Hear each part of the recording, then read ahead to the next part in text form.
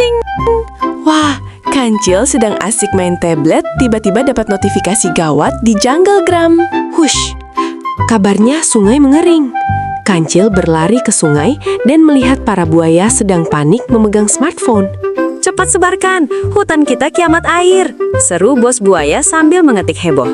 Ngong. Tunggu dulu buaya, jangan asal sebar. Kancil menerbangkan drone canggihnya untuk mengecek sumber air. Bip, bip. Tuh kan, airnya tidak kering. Cuma terhalang tumpukan kayu dari si berang-berang. Berita itu hoaks. Krik, krik, krik.